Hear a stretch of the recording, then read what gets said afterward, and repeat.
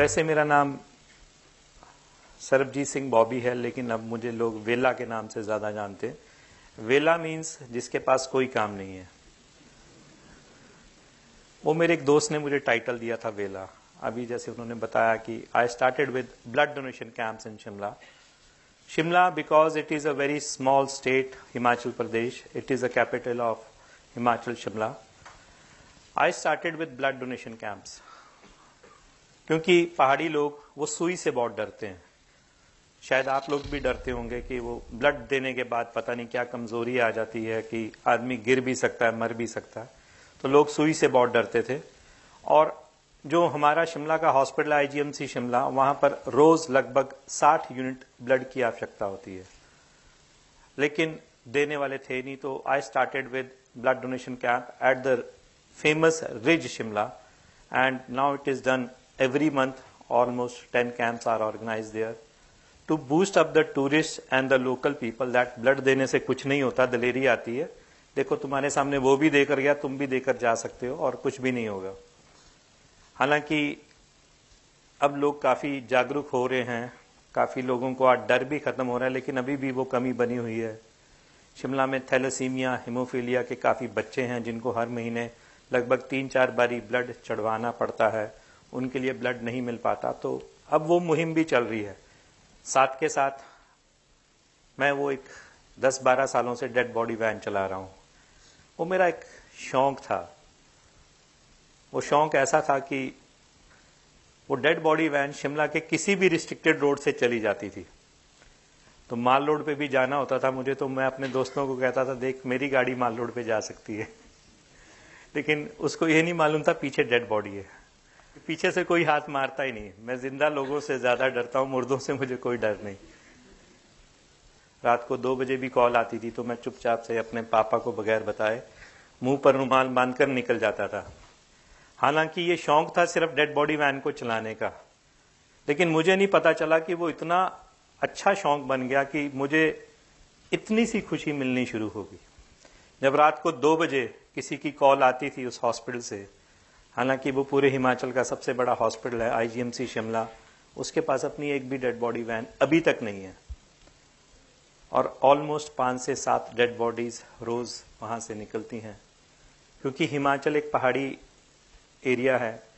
जो हॉस्पिटल है वहां जो लोग आ रहे हैं वो 15-15 घंटे का सफर करके अपना कीमो का इलाज करवाने आ रहे हैं, और इतने अनफॉर्चुनेट है कि जब वो मर जाते हैं तो अपने बिलव्ड को अपने घर तक लेकर जाना चाहते हैं। हम उनको ऑफर भी करते हैं कि आपकी डेड बॉडी का क्रिमेशन हम यहीं कर देते हैं, लेकिन कुछ रिचुअल्स हैं, कुछ लोगों का मानना है कि अपने घर में ही जहां वो पैदा हुए वहीं लेकर जाना है। तो लेकर भी जाना चाहते हैं, लेकिन उनके पास पैसे नहीं है। तो we are starting a dead body van for those people free of cost, जो अपने फैमिली मेंबर्स को अपने घर तक लेकर जाना चाहते हैं और सच में उनके पास पैसे नहीं है। और कई बारी तो वो पैसे मांग मांग कर लेकर जाना चाहते हैं। और पिछले साल की बात है, जब एक डेड बॉडी मेरे पास आई तो वो कहती है अब घर जाने का क्या फायदा, मेरे पापा मर गए, भैया आप ऐसा करो इनका यहीं पर क्रिमेशन करवा दो, मैं अस्थियां ले जाऊंगी। तो ऐसे लोग भी हैं जिनके पास जलाने को भी पैसे नहीं है। और हम बातें कर रहे हैं अपने अपने धार्मिक स्थानों को और ऊंचा बनाने की। और आजकल तो एक रेस चल पड़ी है कि अपने अपने धार्मिक स्थान को, पहले तो हम मार्बल लगाते थे, अब ग्रेनाइट लगाते हैं, इटालियन स्टोन लगाते हैं। और मुझे आज तक नहीं समझ आया कि क्यों लगाते हैं, भगवान को क्यों खुश कर रहे हैं, और अपने अपने सो कॉल्ड लिविंग धर्म गुरुज को क्यों खुश कर रहे हैं। जब हम कह रहे हैं कि भगवान सब में एक है, सब धर्म का एक ही भगवान है, तो वो भगवान है कहां पर? वो भगवान उस आदमी में भी है जो अभी शायद मर गया, या उसमें भी है जिसको आपकी जरूरत है। इतनी सी खुशी अगर चाहिए तो मेरी एक टैग लाइन है, गरीब का मुंह गुरु की गोलक। अगर आप किसी गरीब के मुंह में कुछ डाल रहे हैं तो आप समझ लीजिए आपका जो भी गुरु है, आपने उसकी गोलक में वो पैसा डाल दिया। और इसी को देखते हुए हमने 2014 में जो एक कैंसर हॉस्पिटल, वो भी अनफॉर्चुनेटली पूरे हिमाचल का एक ही कैंसर हॉस्पिटल है, वहां पर हमने एक लंगर की सेवा शुरू की 25 अक्टूबर 2014।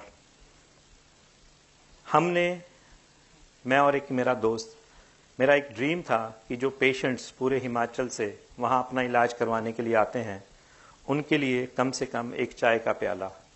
और मुझे तो कैंसर हॉस्पिटल जब जाने का फर्स्ट टाइम मौका मिला तो मुझे ये भी नहीं मालूम था कि ये मेरा लाइफ का सबसे बड़ा एम बनने वाला है। और जब मैंने उसके लिए पहली एप्लीकेशन लिखी तो मुझे कैंसर के स्पेलिंग भी नहीं लिखने आते थे। तो डीसी शिमला को जब मैंने बोला कि मुझे वो कैंसर हॉस्पिटल में चाय बांटनी है तो आप मुझे एक जगह दे दीजिए, तो कहते अच्छा एप्लीकेशन लाओ। तो मैंने कैंसर के स्पेलिंग CANSER लिख दिया। तो कहते तेरे को तो कैंसर के स्पेलिंग भी लिखने नहीं आते। मैंने कहा सर आप उस पे मत जाइए, भावनाओं पे जाइए कि मैं करना क्या चाहता हूं। तो वो बहुत गुस्से से मेरी तरफ देख रहे थे कि मैं डीसी से कैसे बात कर रहा हूं। She is a district collector और मैं ऐसे बोल रहा हूं कि भावनाओं को समझो। तो वो बड़े गुस्से से बोले अच्छा तू कर लेगा। मैंने कहा हाँ जी सर, मैं चाय बांटना चाहता हूं। किसको पिलाएगा? मैंने कहा उनको पिलाऊंगा जिनके पास चाय पीने के पैसे नहीं है। तो आइडेंटिफाई कैसे करेगा? मैंने कहा सर जो भी आएगा वहां हॉस्पिटल के बाहर खड़ा हो जाऊंगा चाय लेकर और बांटना शुरू कर दूंगा। अच्छा फिर तो वो ड्राइवर आ जाएंगे, टैक्सी वाले आ जाएंगे, वो पी जाएंगे। मैंने कहा नहीं सर मुझे करने तो दीजिए। और आप मानिए वो 6 महीने मुझे लग गए गवर्नमेंट से सिर्फ ये परमिशन देने के लिए कि मुझे उस हॉस्पिटल के बाहर चाय बांटनी है। और जब चीफ सेक्रेटरी के पास मैं गया, हेल्थ चीफ सेक्रेटरी थे वहां के, तो जब मैं उनके पास गया तो उनके भी सेम क्वारीज। तो मैंने कहा सर करने तो दीजिए, अब तो 6 महीने हो गए मुझे, करने तो दीजिए। तो पता नहीं उनके दिमाग में क्या आया, उन्होंने उसी लेटर पे कहा ओके सैंक्शन। तो मुझे एक बहुत छोटा सा एक कोना 90 स्क्वायर फीट का दे दिया जाए और इसको बनाओ अब। तो मुझे 2 लाख रुपया लग गया उस एरिया को डेवलप करने के लिए जहां मुझे सिर्फ मुफ्त में चाय बांटनी थी। 2014 में मैंने अपना ये कंसेप्ट शुरू किया चाय बांटने का। और 3 महीने बाद 9 दिसंबर को वहां पर हमने पहला लंगर लगा दिया, जो अब वर्ल्ड नोन लंगर है। हॉस्पिटल के बाहर लंगर, जितने भी हम धार्मिक स्थानों पे लंगर भंडारे लगाते हैं वो अक्सर उन लोगों के लिए लगाते हैं जिनके पेट भरे हुए हैं, लेकिन हॉस्पिटल में जब हम लंगर लगा रहे हैं तो वो शायद उन लोगों के लिए है जिनके पास इलाज के भी पैसे नहीं है और उनको हम खिला रहे हैं। और ऐसे कई लोग हैं जिनके पास सचमुच इलाज के पैसे नहीं है और वो कैंसर के पेशेंट्स सबसे ऊपर हैं उसमें। मैंने सुना है बॉम्बे में भी एक टाटा मेमोरियल के बाहर कोई मिस्टर सावला लगाते हैं लंगर। तो मैं उनकी स्टोरी से भी काफी इंस्पायर हुआ। चलिए वो लंगर तो लगा दिया, अब उसको चलाना पड़ना था। तो हमने लोगों को एक आइडिया दिया, बर्थडेज एनिवर्सरीज कोई भी खुशी गमी हमारे साथ मनाइए, हमारे को 3100 रुपीज दीजिए और हम आपका वो कर देंगे ऑर्गेनाइज। हमने ये शुरू करते करते उस लंगर को आज इस मुकाम पर पहुंचा दिया है कि आज हम उस लंगर पे सारा दिन चाय, बिस्किट, ब्रेड, दलिया, फ्रूट, सूप, दिन का खाना, रात का खाना लगभग 2000 लोगों के लिए दे रहे हैं। और 45,000 रुपया हमारा रोज का खर्चा उस लंगर को लगाने के लिए आता है। और उस लंगर में पेशेंट्स, अटेंडेंट्स जो पूरे हिमाचल से आते हैं उनको हम खाना खिला रहे हैं। साथ ही के साथ शिमला में बर्फ बहुत पड़ती है, सर्दी बहुत होती है, हम उनको 2-2 ब्लैंकेट्स और एक मैट्रेस भी देते हैं कि वो हॉस्पिटल में कहीं भी जाकर सो जाएं। और हमारा एक बहुत ही यूनिक कंसेप्ट चला जब हमने वो लंगर लगाया 2014 में। तो कुछ कैंसर पेशेंट्स को, क्योंकि 90 स्क्वायर फीट जगह थी, रोटी बना नहीं सकते थे, तो हमें रोटियों की आवश्यकता हुई। तो हमने छोटे छोटे रोटी बैंक्स खोले। आज हमारे शिमला में 23 रोटी बैंक हैं जिसमें हर हफ्ते 20,000 रोटियां हम इकट्ठी करते हैं। और हमने बच्चों को एक बड़ा यूनिक सा आइडिया दिया, अगर आप भी बॉम्बे में कहीं भी इंस्पायर होकर लंगर लगाना चाहें तो आप भी लगा सकते हैं।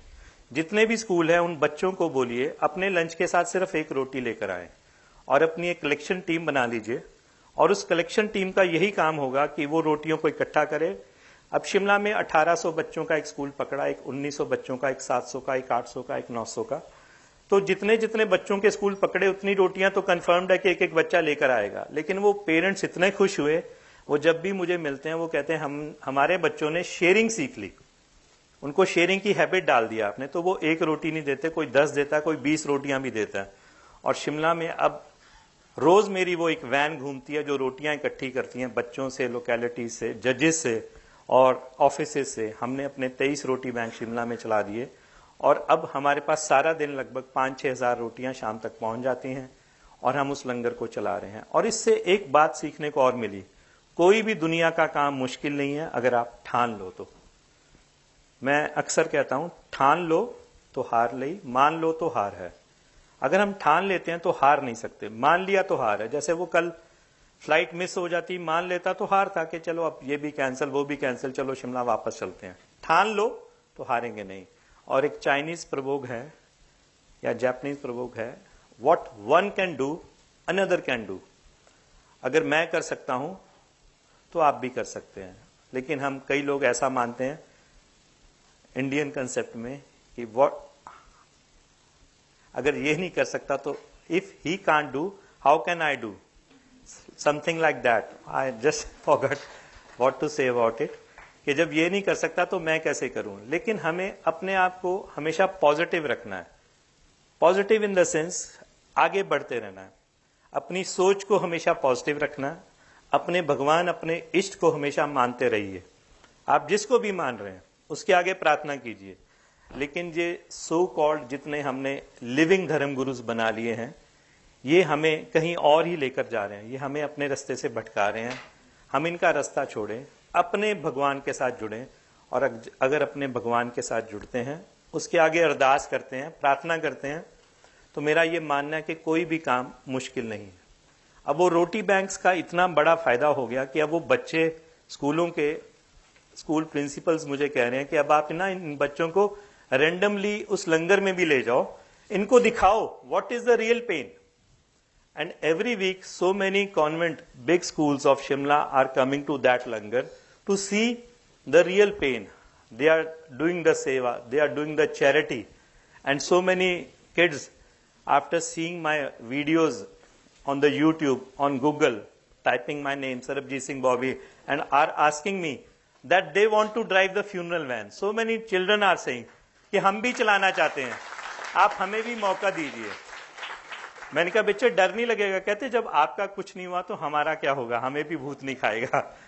तो मैं अक्सर कहता हूं मेरे साथ वो 5-7 हजार डेड बॉडीज की आत्माएं हमेशा चलती हैं, तो मेरे से डरो। कहते नहीं अंकल, हम आपसे डर नहीं लगता। तो वो आत्माएं अब हमारे अंदर भी आ गई हैं, हम भी वो डेड बॉडी वैन को चलाएंगे।